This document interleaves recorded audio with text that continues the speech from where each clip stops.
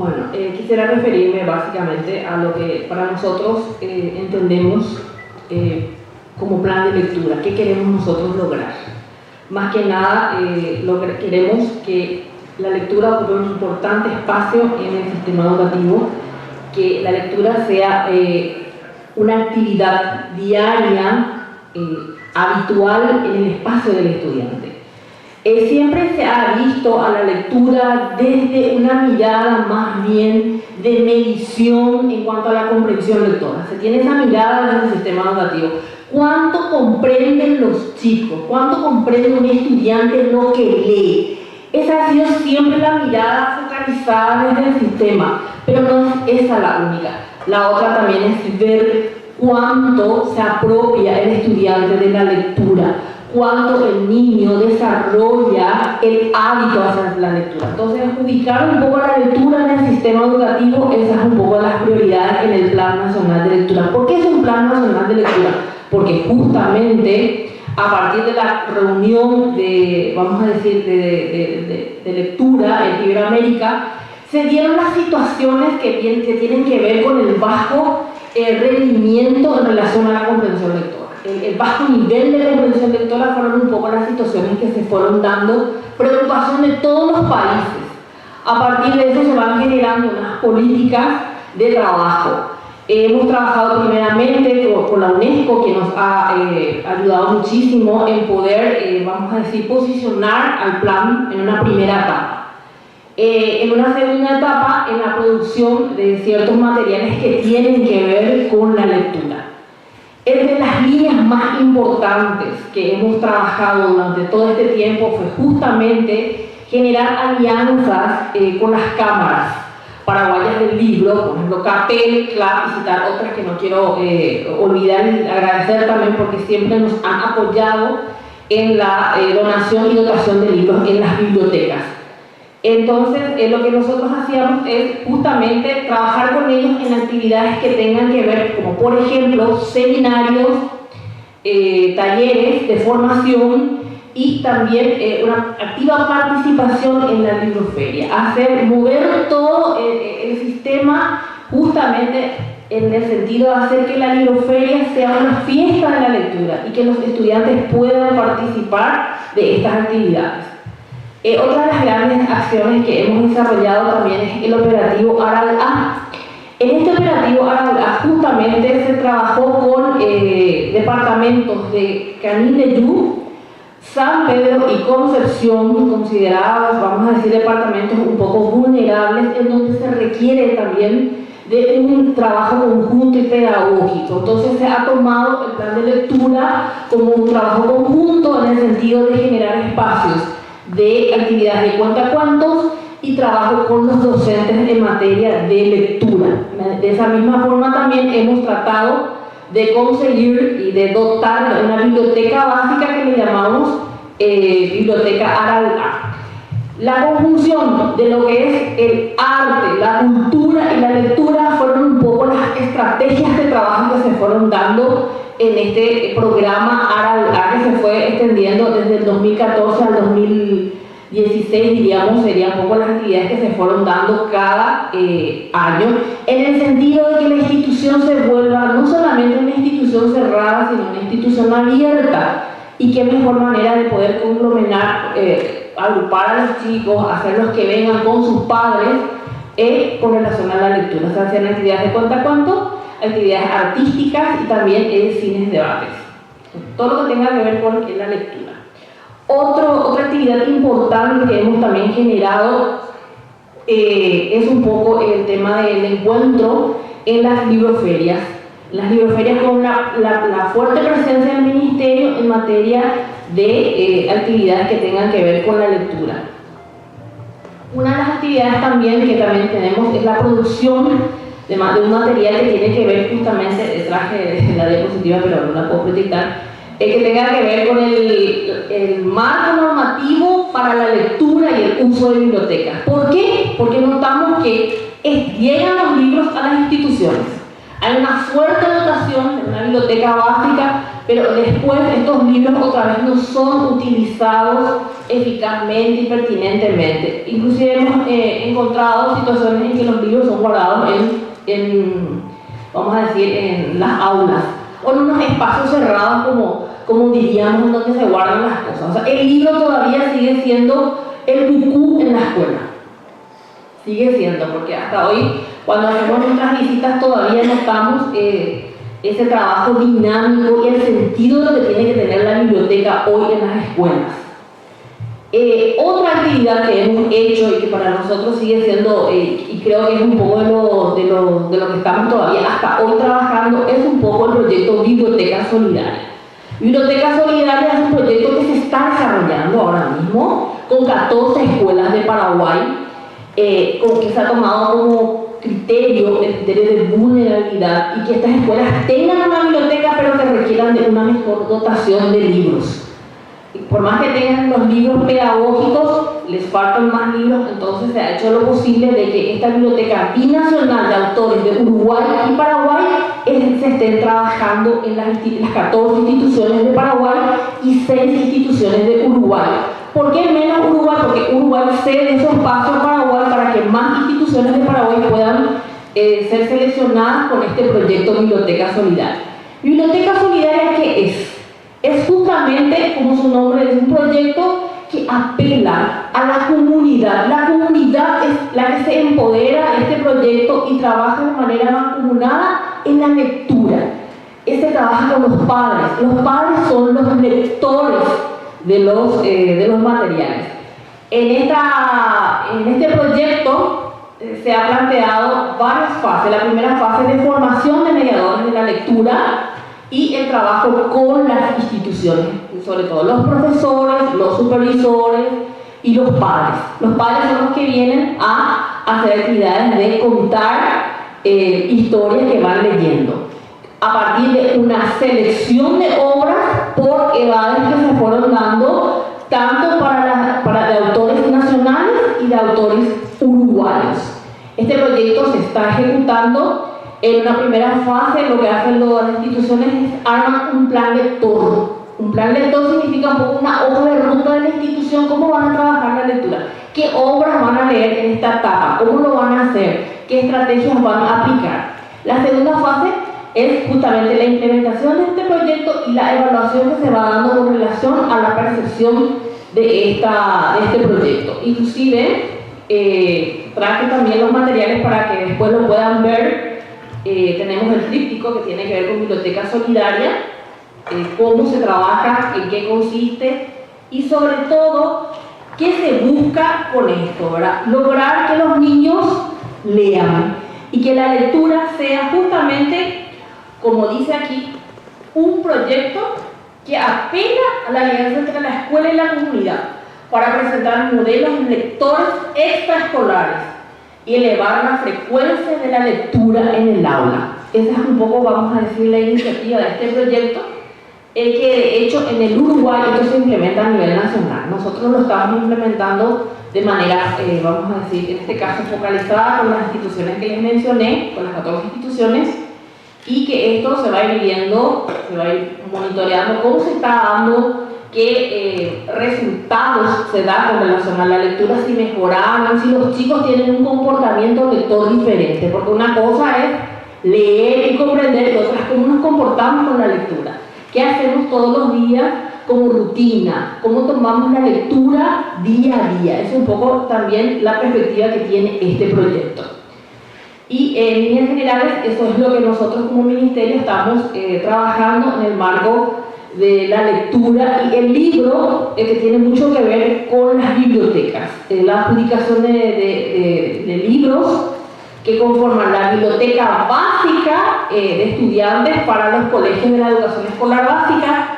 De la educación media tenemos las aulas temáticas, entiéndase aulas temáticas, en donde encontramos una serie, una colección de materiales educativos y ahí se incorporan los materiales también de lectura.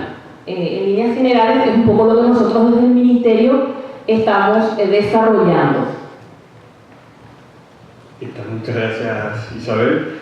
No se olviden, vayan por favor escribiendo sus preguntas, que luego las recogemos para leerlas aquí y empezamos el debate con los panelistas. Vladimir, por favor, es tu turno. Gracias, Julio. Muy buenas tardes a todos, todas. Yo voy a hablar desde la perspectiva de la política pública cultural del Paraguay, que es complementaria con la perspectiva de la política pública educativa y con otras que se promueven desde el Estado. Pero me gustaría que cuando hago referencia a política pública cultural podamos tener presente la inscripción de la dimensión cultural en la política pública en general, que debe dar cuenta de la relación entre Estado, sociedad civil y mercado. Es en esta triada y cómo se relacionan e interactúan estos grandes sectores es que nosotros podemos hacer referencia o reflexionar sobre, más que el libro en términos de bien o cosa, los procesos culturales que tienen que ver con la creación, la circulación, la difusión, la actividad lectora, ¿no? Los procesos que tienen que ver con el libro en general, pero no tanto en términos solamente de objetos.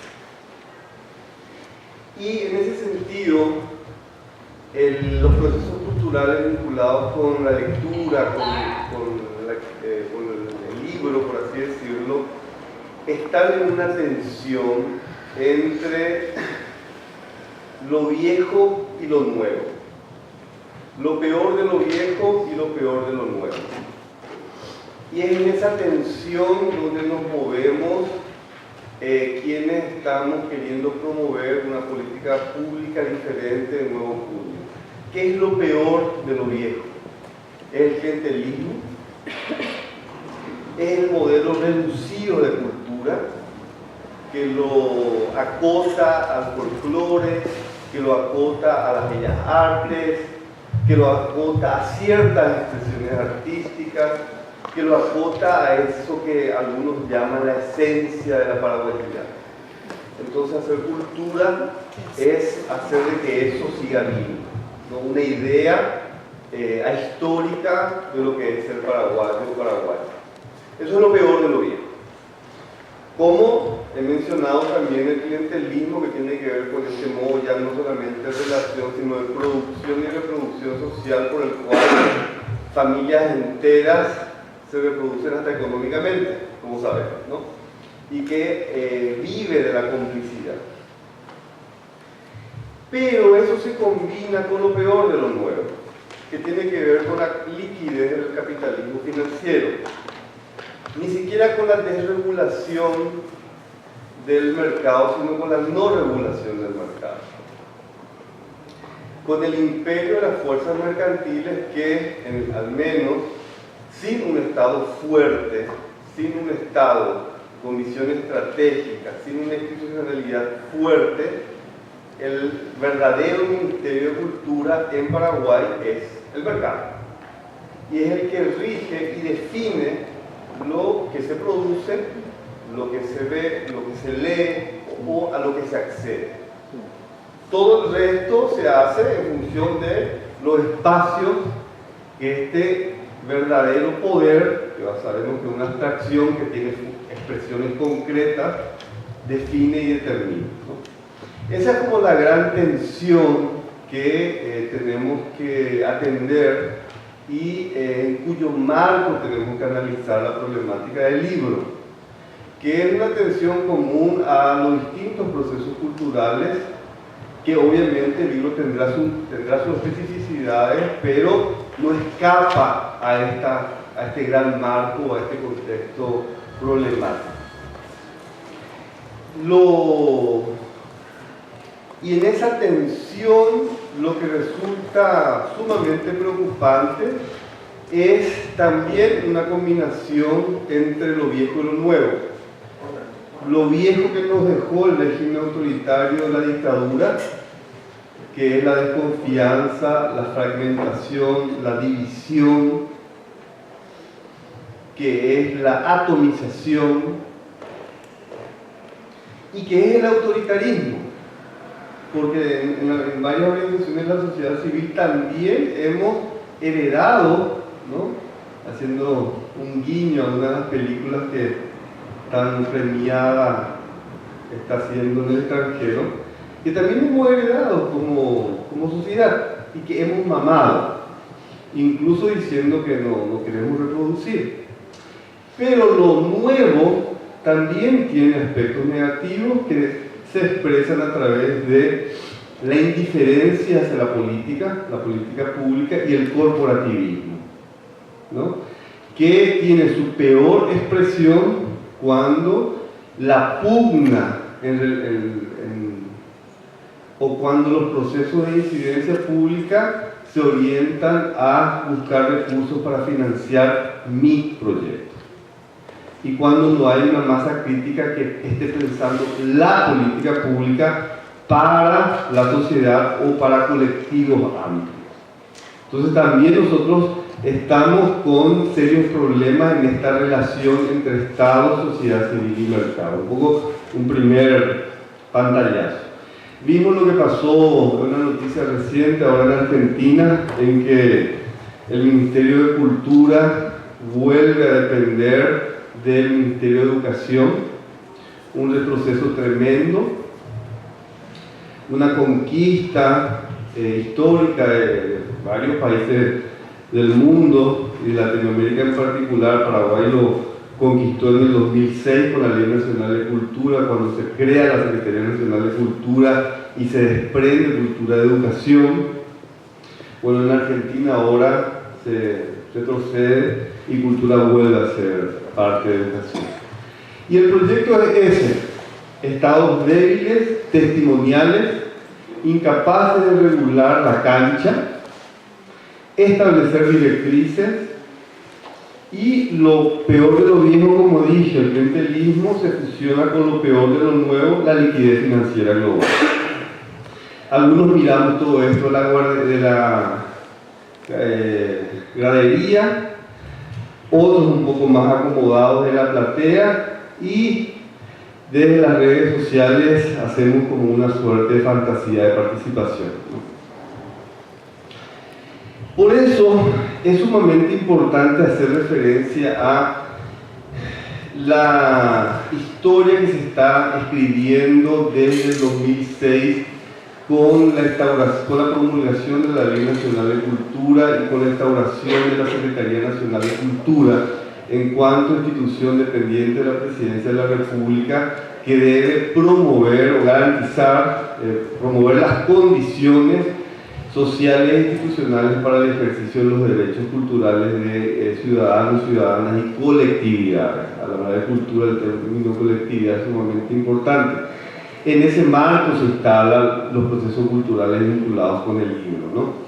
Y hay como dos periodos fecundos, que son la del 2008 al 2012, con la gestión de Ticio Escobar, y la del 2013 al 2016 con la gestión de Mabel Causaranda.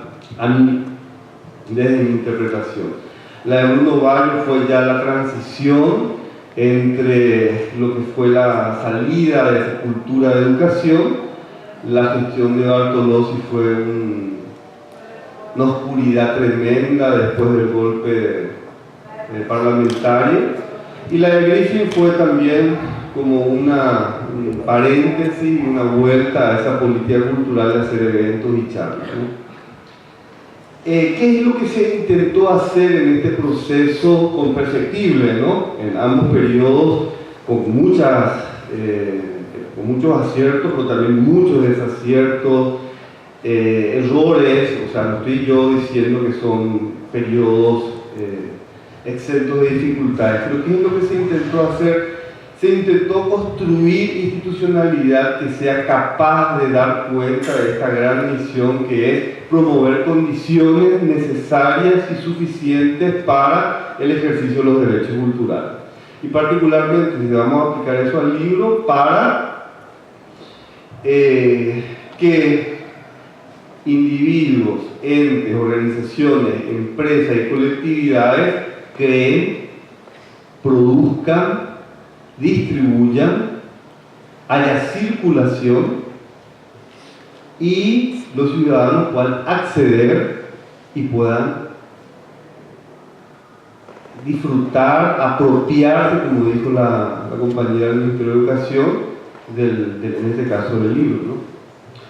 De ahí el énfasis en la profesionalización, de ahí el énfasis en hacer que Paraguay se inscriba en las políticas regionales en el espacio y en varios marcos regionales de cultura.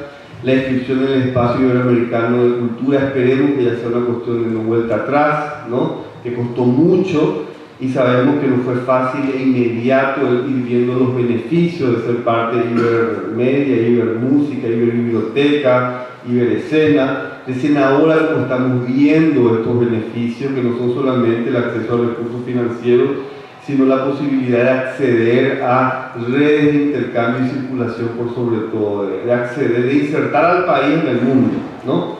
Y de nutrir las políticas culturales con otras políticas de otros estados.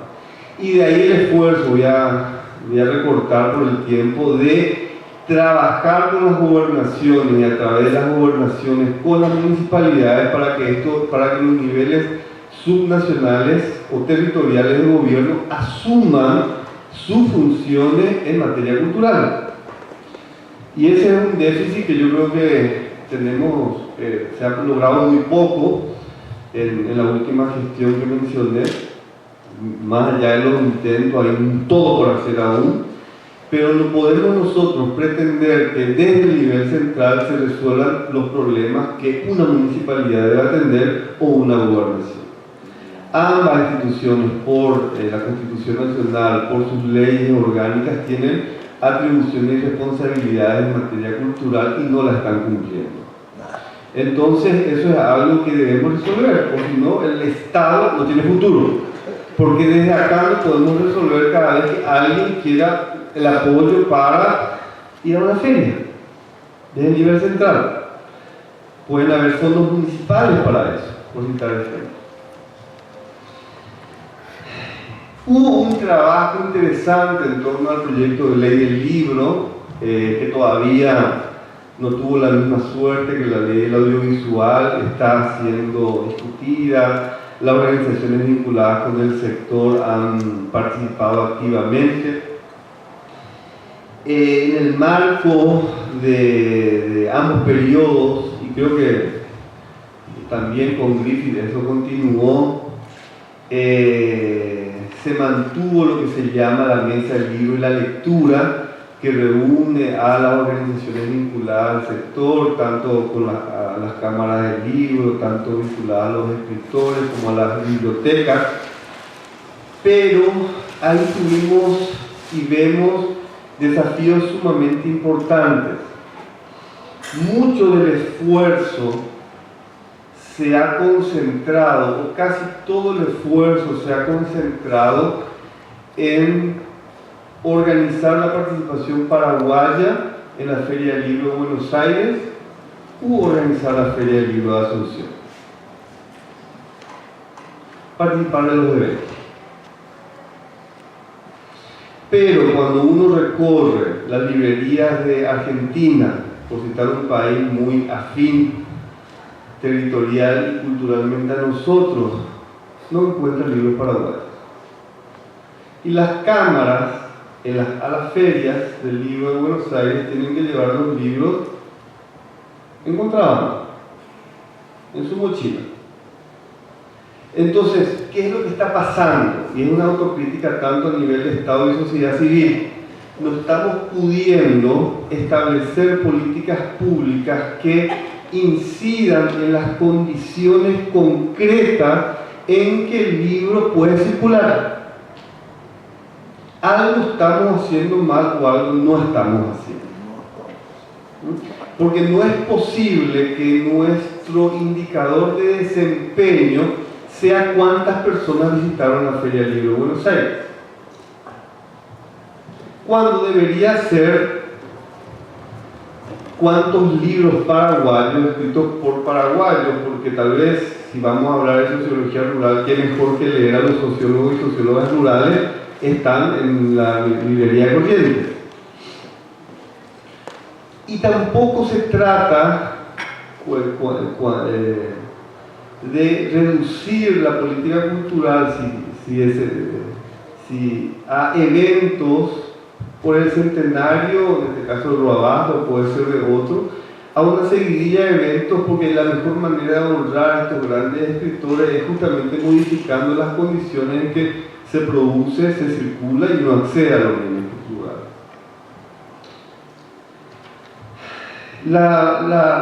La compañera del Ministerio de Educación nos mencionaba y nos hablaba del Plan Nacional de Lectura. Y de no construir un Estado fuerte y una Secretaría Nacional de Cultura fuerte, lo mismo yo creo que vale para el Ministerio de Educación y para las otras secretarías, no vamos a poder revertir las tendencias. Yo voy acá a traer algunos números. El 26% de la población paraguaya está en situación de pobreza. El 4.4% en pobreza extrema. Los datos son aún mayores si tomamos la población de 0 a 17 años. Casi 1 millón de niños, niñas y adolescentes viven en pobreza en el Paraguay. 150.000 niños y adolescentes están fuera del sistema educativo. Solo el 52% de los que inician el primer grado llega al tercer curso de la educación media. La educación media está en situación de emergencia en Paraguay. 15.000 niños de 6 a 12 años están fuera de la escuela, están excluidos. 106.000 adolescentes de 13 y 17 años están excluidos del sistema educativo.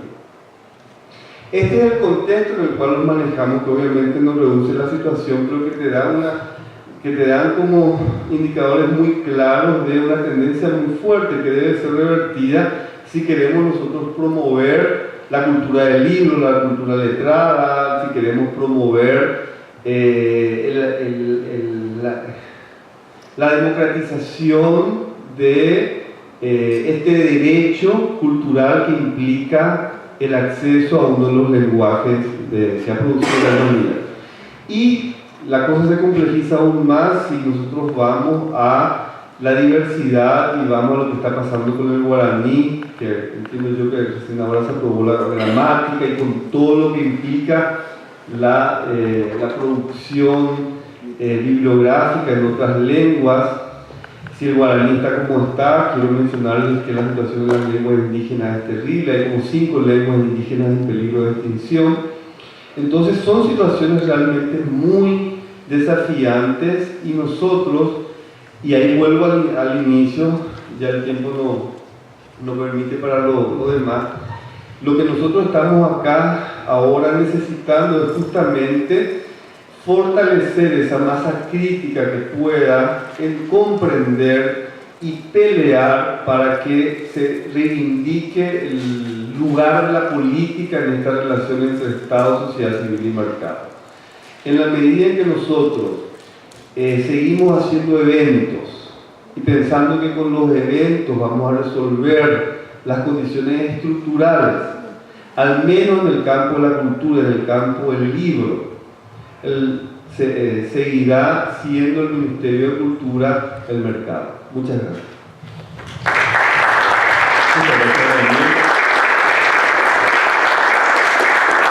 Bueno, no sé si tienen sus preguntas preparaditas. No sé si en breve ahí se van sumando. Realmente muy interesante la ponencia. Muchas gracias, Isabel, también. Realmente acá se genera un debate interesante porque ahí cuestionan muchas cosas, cuál es el rol del Estado en cuanto a las políticas y si esas políticas están siendo eficaces en todos los objetivos que nos estamos marcando. Tenemos un buen rato para el debate todavía, así que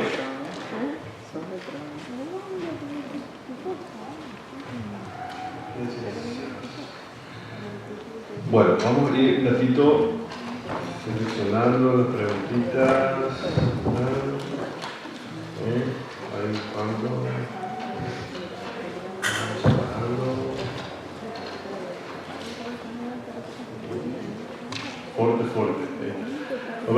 vamos a ir alternando, ¿no? Tenemos preguntas realmente que están totalmente direccionadas, ¿ok? Empezamos con Isabel, ¿está bien? Para Isabel, a ver, ¿con qué presupuesto cuenta el Plan Nacional de Lectura? ¿Por qué solicitan donación de libros? ¿Ni siquiera cuentan con presupuesto para comprar libros? Bueno, esa es una pregunta bastante interesante en el marco de la verdad, porque como en una frase bíblica, la verdad os hará libres. No contamos con un presupuesto para el Plan Nacional de Lectura. Como dije en la primera parte, este plan se gestó, es un bebé que nació desprotegido de un presupuesto que permita, no solamente, es muy importante la pregunta con relación a la dotación de libros en las instituciones educativas, que el Ministerio lo hace. A través de los fondos de excelencia FONACYDE se ha logrado que las bibliotecas sean, vamos a decir, abastecidas con materiales pedagógicos y también materiales, vamos a decir, obras literarias. Pero el Plan Nacional de Lectura no cuenta con un presupuesto no solamente para eso, sino con un plantel de personas que puedan trabajar minuciosamente esta política de lectura. No solamente necesitamos personas entendidas en mediación hacia la lectura, que puedan trabajar con los docentes, que el docente y la comunidad sean los principales eslabones, vamos a decir, andamiajes en relación a la lectura con el niño. Porque aquel niño que lee, les puedo asegurar, es porque en la casa tuvo contacto con los libros. O por alguna situación dada se dio ese contacto. Entonces esa es una debilidad. Contar también con un equipo interdisciplinario que pueda trabajar y dinamizar este plan de lectura. Con relación a los materiales, sí, muchos de los materiales son adquiridos, donados por las cámaras, cuando de repente, como recién lo estuve mencionando un compañero que tiene mucha razón, son situaciones eventuales que hacemos para que las instituciones puedan tener libros. Notamos que hay instituciones que no tienen suficientes materiales o que los materiales que ya tienen ya están desactualizados, entonces se apelan a esos eventos. Y vamos recurriendo al mismo, vamos a decir, sistema que estuvo mencionando el señor, y que estoy de acuerdo con él, porque la lectura no se instala solamente así como foquito de Navidad, cada tanto. La lectura se tiene que instalar día a día en el quehacer del niño. El contexto del niño tiene que permitir que haya un contexto textualizado. Entonces son situaciones que todavía estamos con los desafíos que tenemos que resolver. Muchas gracias, Isabel. Una pregunta para Vladimir. Bueno, realmente las preguntas son bastante variadas, de repente responden diferentes ejes temáticos, pero siempre marcados en nuestro tema, ¿no? Hay una pregunta interesante para Vladimir Velázquez. ¿Cuál es su opinión sobre el Centro Cultural de Cabildo? Sobre el manejo de los fondos públicos sin administración autónoma paralela a la Secretaría Nacional de Cultura. Bueno, enlazando con el tema de la mesa, una de las grandes debilidades y consecuencias de desafíos que tenemos todavía para fortalecer la política pública cultural es superar la dispersión institucional y fortalecer la articulación de esfuerzos, ¿no? Cultura tiene que trabajar mucho más con educación. Desde que se separó de educación, creo que son las dos instituciones que menos trabajan juntas, ¿verdad?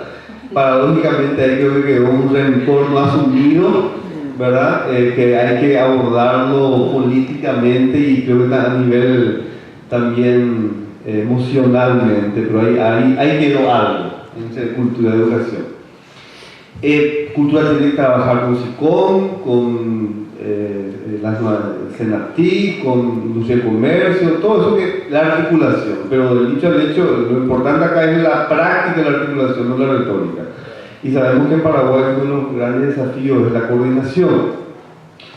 Pero al mismo tiempo también a nivel del campo de la cultura existen una serie de entes que, por más que la Ley Nacional de Cultura del 2006 encomendó que sean reorganizados, esa tarea no se hizo.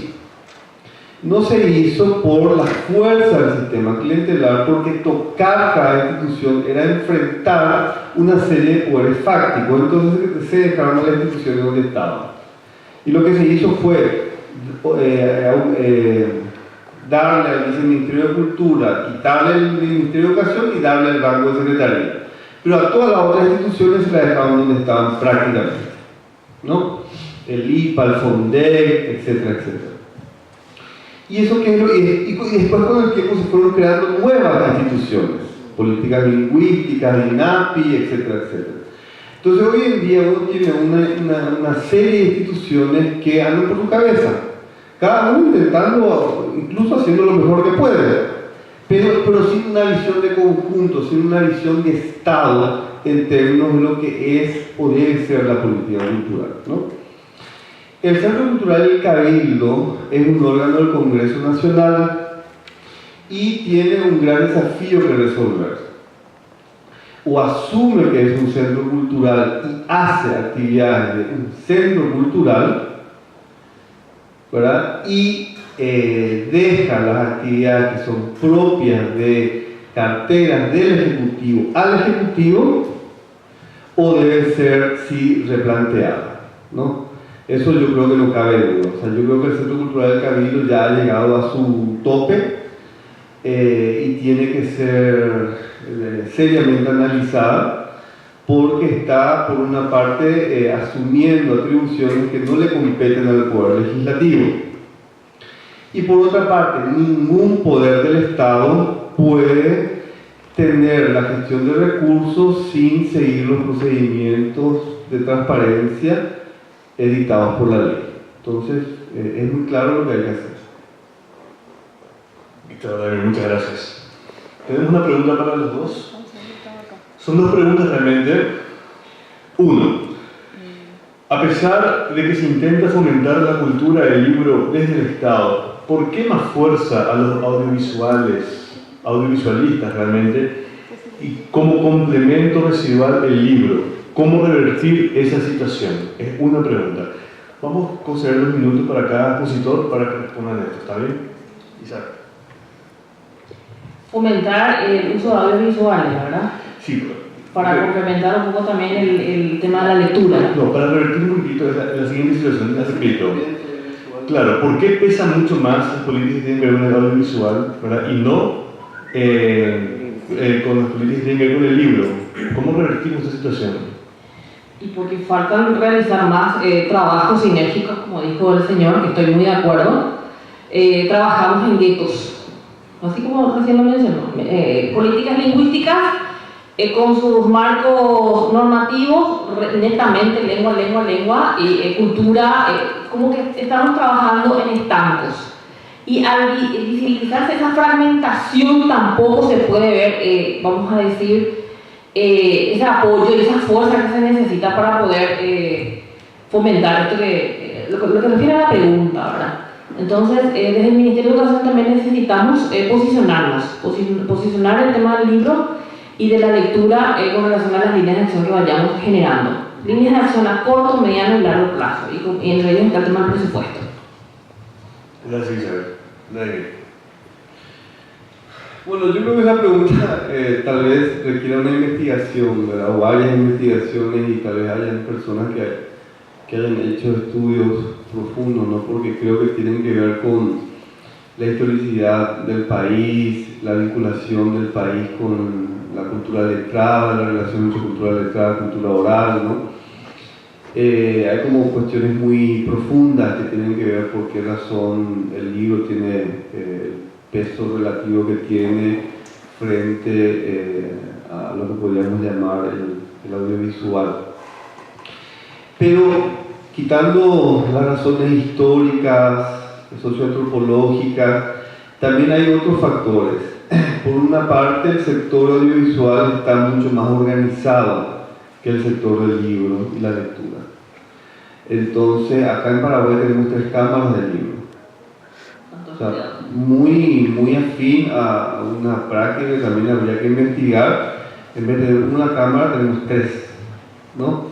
Y creo que hay más de una feria, ¿verdad? Entonces, nacional. Entonces, la atomización y la fragmentación que sufre el campo del libro es fuerte. ¿Y eso qué hace? Reproduce una práctica atomizada, una práctica fragmentada, o sea, y la fuerza, y obviamente tenés mucho menos peso para el proceso político de relación con la política pública. El sector audiovisual, en medio de sus diferencias, asumiendo su heterogeneidad, porque es un sector que aglutina distintos campos de actividad, desde realizadores hasta actores, ¿no? Tengo entendido, pasando por intermediarios, etcétera, y documentalistas, organizaciones que tienen una mirada más creativa y estética, otra que tienen una mirada más comercial, pero en medio de esa heterogeneidad conformaron un bloque y se pusieron de acuerdo en 2 o 3 cosas y estuvieron con eso. En un país agroexportador, en un país con un modelo de producción basado en la producción primaria, de productos cuyos precios están definidos por el mercado global. En un país cuyo ministro de Industria y Comercio llegó a decir, no voy a decir quién, sí, lo del cine está muy bien, pero eso es para ir a ver de vez en cuando. Acá la economía está en la ganadería y en el agronegocio. Pese a eso se logró la ley del cine audiovisual, ¿no? Y hoy estamos viendo la potencialidad que tiene el audiovisual en una serie de aspectos que no necesariamente son económicos, que tienen que ver con imagen país, que tienen que ver con la posibilidad de que se asocie Paraguay no con el contrabando y no con Ciudad del Este, no como heredamos también eso de la dictadura, etcétera, etcétera. Y el libro y la actividad vinculada con el libro también tiene esa potencialidad, ¿no? Pero hay mucho trabajo por hacer y ahí no solamente el Estado tiene que renovar su mirada, y esta nueva administración de la Secretaría de Cultura tiene muchos desafíos. Yo no sé si hay alguien de la Secretaría Nacional de Cultura acá, de la nueva administración, pero debería restaurarse el sistema de información cultural. Hoy no tenemos información acerca de cuántos libros se producen, o sea, están pero no están organizados y vehiculizados de modo que sean instrumentos útiles para la acción política. O sea, no sabemos cuántos libros se producen, cuántos libros circulan, cuántos están distribuidos por el circuito mercantil, cuántos están siguiendo circuitos no mercantiles, cuáles son los distintos circuitos de distribución y acceso al libro, ¿verdad? Porque sabemos que el libro también está, como terminó Julio, está siendo objeto de las leyes globales de mercado. O sea, lo que es la producción bibliográfica en castellano la concentran 2 o 3 editoriales del mundo. Entonces uno no escapa a eso, ¿no? Entonces los datos, la información de qué está pasando en Paraguay, tenemos que tener esa información de modo que justamente podamos evaluar y podamos saber dónde estamos, hacia dónde podemos ir y cómo podemos hacer para que la producción bibliográfica circule no solamente por las bibliotecas de los colegios, sino por una serie de ciudades del país, porque no por lo menos los países del Mercosur, ¿verdad? Gracias, Vladimir. Hay una pregunta para la señora Isabel Roa. ¿Cuáles son las escuelas beneficiadas en el proyecto de Biblioteca Solidaria? Esa es una pregunta. Luego hacer otra pregunta bastante incisiva, muy interesante. ¿Por qué para ingresar a las bibliotecas del colegio como estudiante uno tiene que presentar una nota del profesor? Es una pregunta un poco desvinculada de la anterior, pero... Sí, tiene que ver con la formación del usuario y del dinamizador, en este caso del bibliotecario. Es la segunda pregunta. La primera pregunta tiene que ver de dónde son las instituciones. Son instituciones que son, vamos a decir, instituciones vulnerables. Puedo decir los nombres, si les parece, ¿verdad?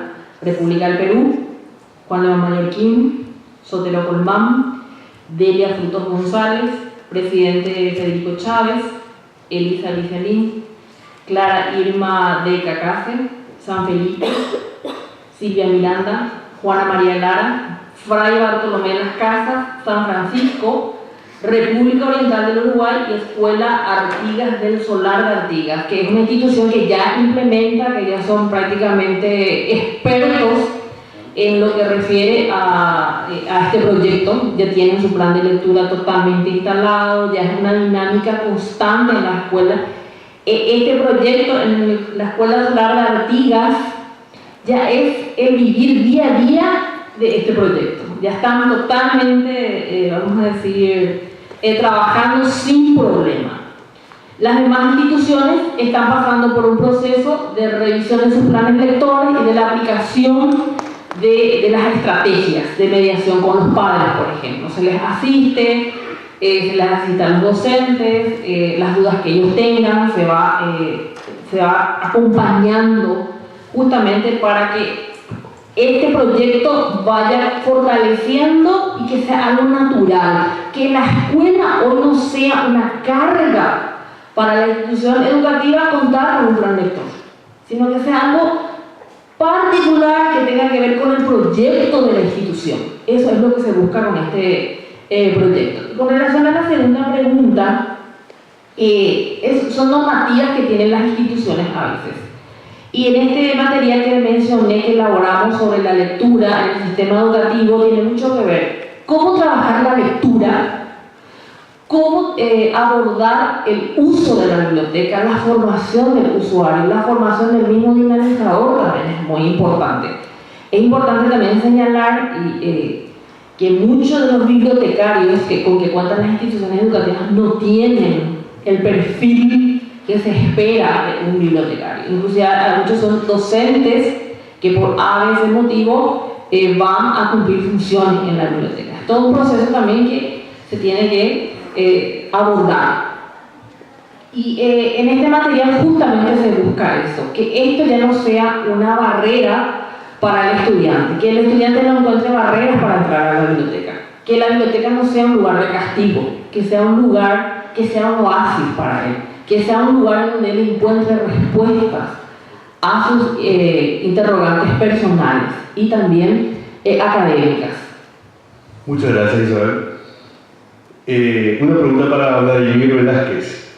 Hoy en el siglo XXI, ¿de qué tipo de ideología deviene la definición de cultura a ser desarrollada en Paraguay? ¿Esta definición o concepto aún hoy viene de afuera o hay concepciones criollas? Hoy, globalmente, ¿qué se impone? ¿La gestión, la ideología o el clientelismo para dar vida al proyecto cultural grande o inclusivo en el Paraguay? Ideológico, fundamentalmente. Sí. Es un poco voy a intentar colaborar, pero es un poco confusa o sea, son varias cosas, ¿no? En una misma pregunta. Pero voy a decir lo siguiente. Yo repito, yo creo que nosotros como país, y voy a restringirme como país, estamos en una gran tensión entre lo peor de lo viejo y lo peor de lo nuevo, ¿no? Lo peor de lo viejo es el clientelismo, ¿no? Y todo el modo de relacionamiento, que es hasta un modo de producción y reproducción social que está asociado con el clientelismo. Y lo peor de lo nuevo es la no regulación del mercado y la abdicación del Estado de sus funciones en función de una idea de progreso que si antes estaba vinculada con la ideología del progreso, ahora está vinculada con edificios corporativos, ¿no? Entonces se fusionan ambas cuestiones y encandilan al sentido común y despiertan adhesiones muy masivas, ¿no? Entonces ese proyecto tiene hasta legitimidad social, tiene base social, ¿no? Todo es muy dinámico, lo sabemos. La resistencia está fragmentada, los otros pensamientos y la actividad intelectual también. A mi modo de ver, ante este proyecto, es importante abrazar la noción del enfoque de derechos, ¿no? Y del enfoque del derecho cultural, de los derechos culturales. De modo que desde ahí podamos pensar las políticas públicas y desde ahí podamos pensar la cultura. No tanto como una cosa ni del pasado, ni del presente, ni del futuro, sino como una dimensión que permea la práctica humana, que nos identifica y nos diferencia, nos acerca y nos distancia a la vez, pero que nos permite ver la heterogeneidad sociocultural que caracteriza a nuestros pueblos, ¿no? Y particularmente a nuestra sociedad. Cuesta mucho hacer eso, ¿no? Hay diferencias culturales históricas que hasta ahora son invisibilizadas, negadas, resistidas de ser comprendidas y aceptadas en su especificidad, y que encima han sido históricamente golpeadas por políticas de exclusión, ¿no? Y hay diferencias culturales que se han producido a partir de la desigualdad social. Entonces, la complejidad cultural contemporánea es muy alta. Entonces, en la medida en que nosotros trabajamos para que el Estado se fortalezca, nos tenga capacidad de establecer un proyecto colectivo inclusivo, que pueda, en el campo cultural, por ejemplo, pensar desde una mirada más global, trabajar con una sinergia y un respeto de la división del trabajo, haciendo que las gobernaciones hagan lo que tengan que hacer, las municipalidades hagan lo que tengan que hacer, y no del nivel central haciendo cosas que se tienen que resolver en una municipalidad o en un municipio, y buscando que también se dé esa articulación a nivel horizontal, estaríamos construyendo también una nueva cultura política que podría hacer simbiosis con esta noción de derecho cultural, ¿verdad? Yo creo que ante el proyecto que se viene, ¿no?, en la región y que en el país también está, lo que se tiene que hacer es articular esfuerzos desde la mirada del enfoque de derecho y trabajar desde la articulación de los sectores pensando en un proyecto más amplio. Perfecto. Muchas gracias, Emil. A ver, un ratito. Acá hay una pregunta para Isabel. ¿En qué concretamente consiste el Plan Nacional de Lectura? No sé si está respondido, pero acá hay una pregunta, su pregunta, que viene la primera. Si los chicos que vienen a las universidades son analfabetos funcionales, ¿a qué se debería este fenómeno? Que lo vivimos día a día, lo que enseñamos en las universidades. Esa parte no quise decir, no quise hablar de los indicadores de comprensión lectora. Nosotros tenemos una instancia que es la Dirección de Evaluación de la Calidad Educativa. Justamente esta dirección trabaja con un organismo que se llama Laboratorio Latinoamericano de la Calidad Educativa, que mide rendimiento en matemática y lenguaje. Esto a su vez suministra información a lo que llamamos esta evaluación que tanto se hace ahora, PISA, por poner ahora que ahora también se va a instalar PISA. En cuanto a estas evaluaciones, se habla de una media nacional, una media mínima que un alumno, un estudiante debe tener para poder alcanzar lo básico en cuanto a competencias. Con relación a la comprensión lectora, estos ranqueos se hacen tomando en cuenta los niveles de comprensión: literal, inferencial, apreciativo y uno más que tiene que ver con el pensamiento crítico. Según estas evaluaciones, nuestro nivel de comprensión lectora va por debajo de la media nacional. A nivel nacional, tomando como países y comparando, a veces se van comparando con los países y se va viendo estas debilidades. En Paraguay tenemos esta debilidad, que nuestros estudiantes no comprenden lo que leen. Les cuesta comprender, les cuesta llevar a niveles de razonamiento alto para poder entender un texto de manera inferencial, de manera crítica. Entonces, son situaciones que se van dando y que a su vez, cuando van a ingresar a la universidad, pasan por estas situaciones. Inclusive en las carreras de ingreso en las universidades suele ser uno de los problemas muy fuertes el tema del lenguaje y la parte de comprensión lectora, sobre todo, que son los niveles más bajos que se están dando. Y se debe esto a justamente el trabajo pedagógico de la lectura.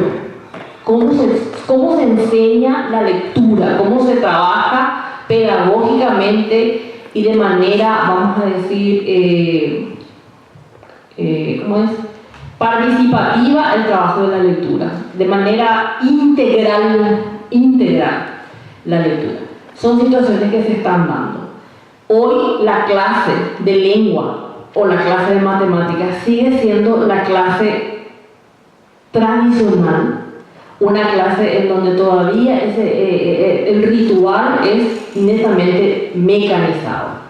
Entonces, los exámenes o las pruebas que se van tomando para evidenciar el desarrollo de una competencia siguen siendo una sola forma de evaluar y no se dan otras estrategias que permitan evidenciar qué tanto el estudiante comprende lo que lee.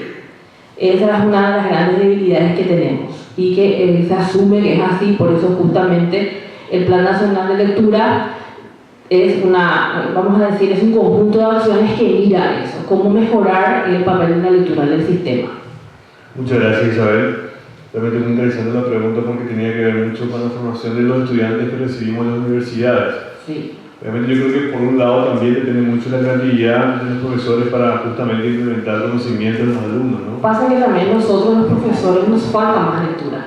Nos falta más lectura, los profesores de literatura. Una cosa es enseñar lengua, enseñar la gramática desde una visión estructural, en donde ahí se combina algo lógico.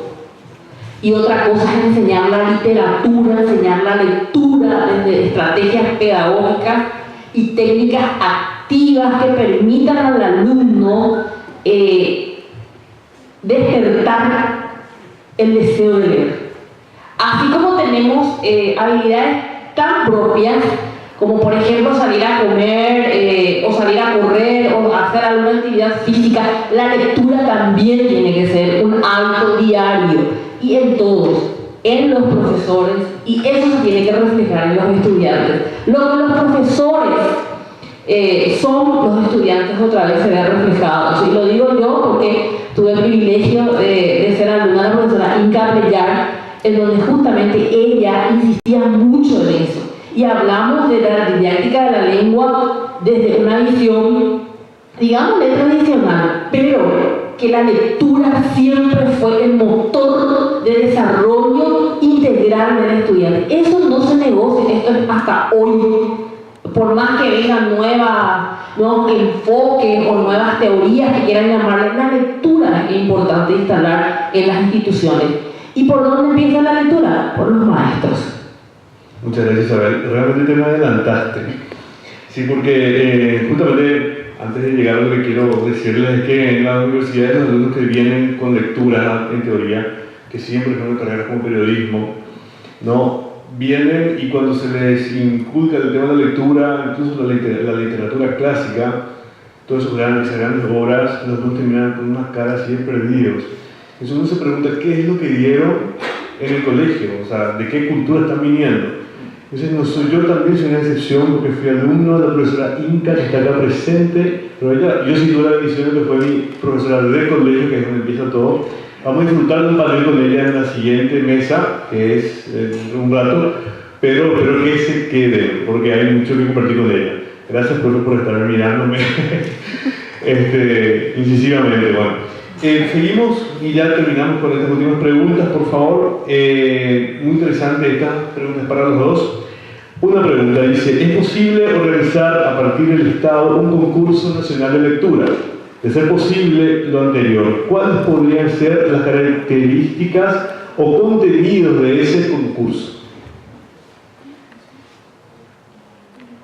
Y habitualmente se generan concursos institucionales, desde las instituciones educativas hacen los concursos de lectura, pero sí yo creo que hoy tendríamos que capitalizar más la cultura y la literatura actual, que los estudiantes tomen contacto con sus escritores, con los escritores que viven, con los escritores que escriben para ellos. Hay muchos escritores que escriben y están vivos.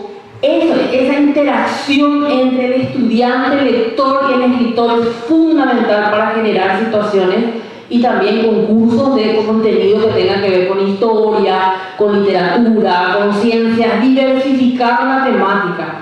La temática también tiene mucho que ver con los gustos que tiene un estudiante hacia una determinada obra o texto, vamos a decir.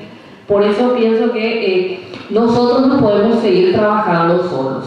Desde el plan de lectura considero que también es un desafío articular acciones con la Sociedad de Escritores del Paraguay, con la Academia Paraguaya de la Lengua, con la Academia de la Lengua Guaraní, con otras instancias que trabajan y que articulan acciones en pos de la lectura y de la cultura.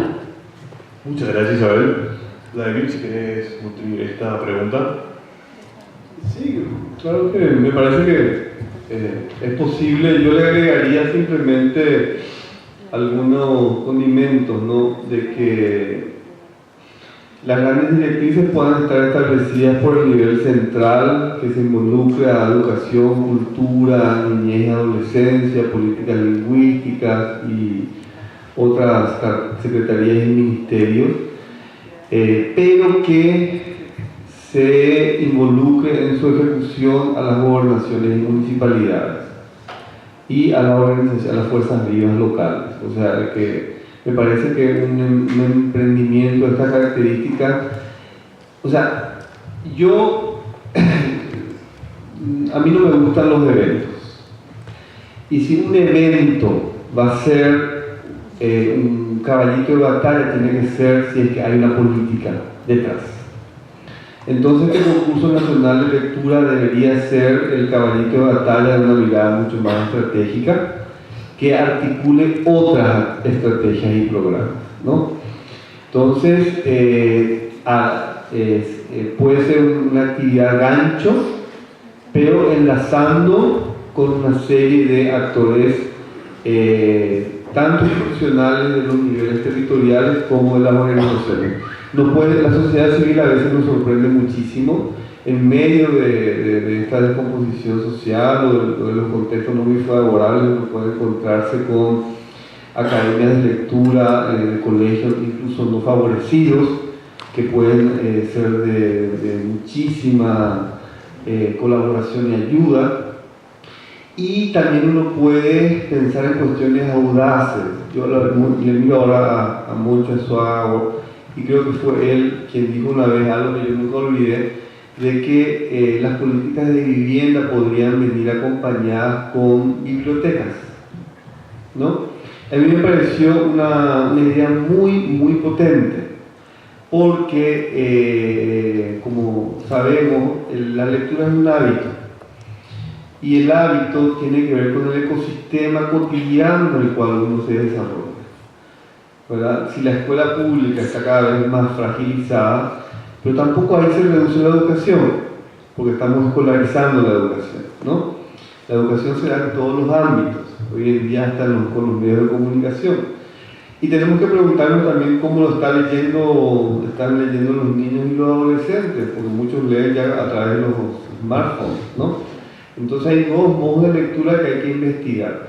Pero muchas personas que yo conozco, incluyéndome, forjó el hábito de la lectura a raíz de la presencia de libros en la casa. Entonces yo creo que esa es una pista muy interesante para pensar en la promoción de la lectura. Muchas gracias, Vladimir. Vamos cerrando con una pregunta. Podemos ser bien breves. La pregunta es la siguiente. ¿Podemos hablar de transversalidad como un paso para la mejoría, involucrando a más instituciones sin centralizar el trabajo? Sí, sí. La lectura tiene que ser transversal en todo, ¿verdad? Como dijo el señor, todas las instancias que se encargan se deben trabajar de manera articulada. Un plan nacional de lectura, si tuviera que funcionar óptimamente, mi humilde apreciación es que no solamente quede en la cancha de educación, que sea un espacio en donde se reúna un colegiado de personas que articulen acciones a corto, mediano y largo plazo, y que estas personas que estén conformando este plan nacional de lectura sea también un equipo multidisciplinario que pueda tener esa mirada, esa interpretación global de la sociedad. Porque en educación, como les dije, siempre se mira el rendimiento académico, pero el rendimiento académico en cuanto a niveles de comprensión lectora y cómo va en cuanto a la media nacional, pero eso es un aspecto pequeño de lo grande que hay que hacer en el plan nacional de lectura. Gracias. Vladimir. Sí, yo estoy de acuerdo que tiene que ser una actividad transversal, solamente que nosotros no somos, creo que llegó el momento en que Paraguay debe evaluar el desempeño de sus políticas transversales, porque la transversalidad ha sido un concepto muy manoseado en el país, que por una parte ha sido una conquista histórica, conceptual y política, pero por otra parte se ha convertido en un castigo, porque lo transversal para la cultura política dominante es lo invisible, lo que está y no está. Y muchas políticas transversales no tienen recursos. Entonces la gente opta de vuelta por pelear por lo sectorial y por lo específico. Entonces tenemos las políticas transversales y el modo de gestión que suponen va en contracorriente con el sistema clientelar y el Estado patrimonial. Entonces tenemos ahí un problema de fondo que vamos a tener que resolver alguna vez, y también va a contracorriente con el corporativismo que permea gran parte de lo que hoy puede llamarse la sociedad civil. Si uno empieza a ver a las políticas públicas y al desempeño de carteras como el Ministerio de la Mujer, la Secretaría de Niñez y Adolescencia, la Secretaría del Ambiente, la Secretaría Nacional de Cultura, todos temas transversales, los balances son más negativos que positivos. Entonces, cuidado con eso, sí, pero creo que también hay un debate de fondo que tenemos que hacer. ¿Qué hemos aprendido en términos de promover la transversalización en estos 20 y tantos años desde la caída del régimen de Stroessner? Muchas gracias, Vladimir. Cerramos con esta pregunta para Vladimir. ¿Cuál es su opinión sobre el nuevo ministro de Cultura? Yo quisiera contestar eso de otra manera. Creo que el nuevo ministro de Cultura tiene grandes desafíos, entre los cuales yo destaco lo siguiente. Uno es enfrentar esta dispersión institucional, ¿no? Se tiene que armar una agenda en la cual los distintos entes vinculados con cultura específicamente puedan sentarse y trabajar bajo una mirada común, o cuanto menos en torno a algunos acuerdos. El otro punto es construir capacidad transversalizadora. La Secretaría Nacional de Cultura trabaja en torno a la dimensión cultural, y la dimensión cultural es un tema transversal. Se hace más cultura en la industria de comercio, hacienda, agricultura y ganadería que en la Secretaría Nacional de Cultura. O sea, las acciones y omisiones de muchos ministerios inciden más en cultura que la propia Secretaría. Lo que hace Obras Públicas y Comunicaciones, por ejemplo. Entonces la Secretaría tiene que construir esta capacidad de ser un actor político con mucha musculatura política para interactuar con hacedores públicos, y eso es un gran desafío, ¿no? Entonces hay que dejar de hacer eventos y charlas, ¿verdad? Y hay que trabajar políticamente la cultura. El otro punto tiene que ver con fortalecer la descentralización. No podemos seguir, y esto le pasa a mujer, le pasa a niña, adolescencia, creo que le pasa a educación también, no podemos seguir pretendiendo resolver desde Asunción cuestiones que tienen que resolver en un municipio. Si no hay división del trabajo, si no se trabaja desde el principio de subsidiariedad, no tenemos salida como Estado. Y sí, entonces ese es el gran desafío de la Secretaría. La Secretaría no puede ir de Asunción a resolver un problema porque un bien patrimonial se cayó porque se construyó una estación de servicio cuyo plan no fue aprobado por la municipalidad. O sea, eso es algo que hay que resolver. El otro punto es, a partir de la descentralización, a partir de esta coordinación horizontal a nivel del gobierno nacional y de esta articulación vertical a nivel de los 3 niveles territoriales, pensar como existe con más deficiencias que eficiencia en un sistema nacional de cultura. No hay que pensar justamente institucionalmente como sistema y retomar esta intersectorialidad, y particularmente con algunas carteras que son sensibles. Sigo respondiendo yo lo que no pienso del nuevo ministro, sino lo que espero de él. O sea, educación y cultura no pueden seguir mirándose la espalda como, o sea, trabajando de espalda como siguen trabajando. O sea, se tiene que sentar el ministro de Educación, el ministro de Cultura a trabajar coordinadamente en torno a algunos temas prioritarios. El primero de ellos es derogar esa resolución infeliz que prohíbe la educación del tema género en los colegios y las escuelas. Es la primera conquista cultural que debería encarar el Ministerio, la Secretaría de Cultura. Y los otros temas tienen que ver con comunicación y con nuevas tecnologías. Hay que fortalecer el Consejo Nacional de Cultura. Ustedes saben que con la promulgación de la Ley de Cultura se crea la Secretaría Nacional de Cultura y se instaura un Consejo Nacional de Cultura que es consultivo, a diferencia de otros consejos que son vinculantes, pero que se ha fortalecido tanto en la administración de Escobar como de Causarano, pero que todavía no pasan de ser instancia testimonial, pueden mucho más. Pero eso requiere de jerarquizar a su composición. Así no van los ministros o viceministros o la primera o segunda línea del Consejo no va a funcionar, ¿no? Se tiene que fortalecer, y vuelvo al tema, a la mesa del libro y la lectura, que reúne a las organizaciones vinculadas con las cámaras, con los escritores y con las bibliotecas, pero se le tiene que exigir a la mesa que vaya más allá de organizar la participación paraguaya en la Feria del Libro de Buenos Aires o la Feria del Libro de Asunción o el centenario de algún gran escritor que merece nuestro reconocimiento. Y finalmente se tiene que reanudar el sistema de información cultural, porque sin información y datos no podemos seguir formulando, planificando, ejecutando y evaluando políticas públicas, acciones, como trabajar a tientas. Necesitamos datos, y el campo libro es uno de los campos que tiene muy pocos datos.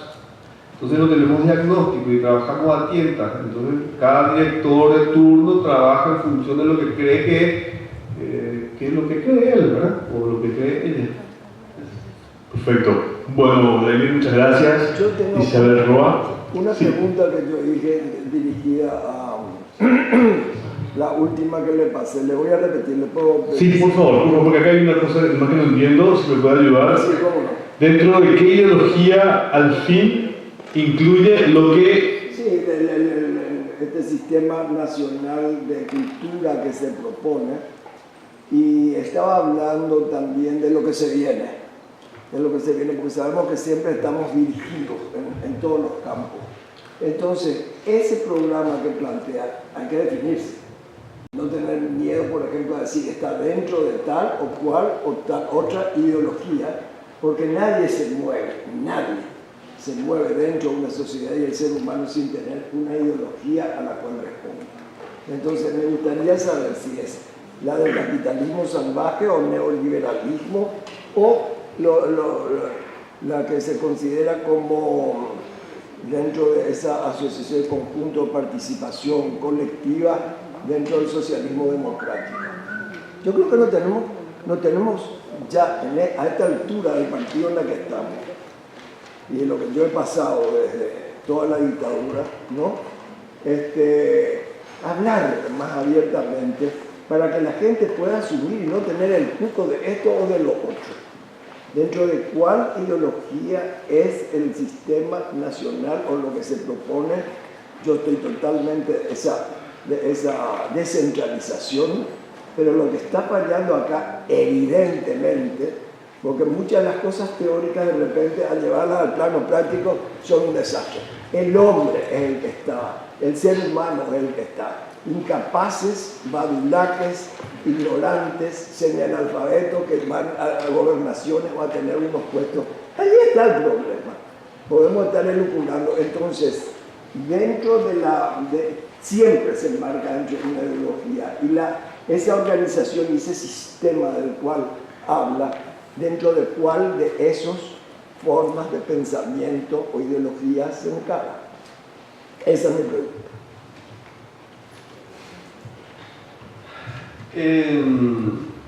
Yo creo que plantear un modelo de gestión diferente que pueda incorporar racionalidad, transparencia, participación, ¿no? Que pueda dejar atrás el sistema clientelar, ¿no? Es una política de ruptura con el status quo y con el régimen conservador, ¿no? En la medida en que no se tomen decisiones que rompan con el régimen conservador, uno va a estar, además de ser conservador y estar reproduciendo el sistema, va a estar siendo funcional a lo que vos llamás capitalismo salvaje, ¿no? Porque lo que hace es impedir, obstaculizar la construcción de un Estado fuerte o de un Estado con capacidad de agencia, con capacidad de incidencia. Y en consecuencia lo que hace es bajar la cabeza, ¿no? Y seguir la corriente que dictan los poderes fácticos, ¿no? Entonces, a mí me parece que una mirada progresista, participativa, democrática, requiere romper con este régimen, y a eso le podemos llamar socialismo democrático, le podemos llamar una mirada progresista, pero eso es algo que hay que hacer. Y bueno, está en ver si este gobierno tiene la posibilidad de hacerlo o los deseos de hacerlo. Muy bien. Muchas gracias, David. Bueno, cerramos con esto. Muchas gracias.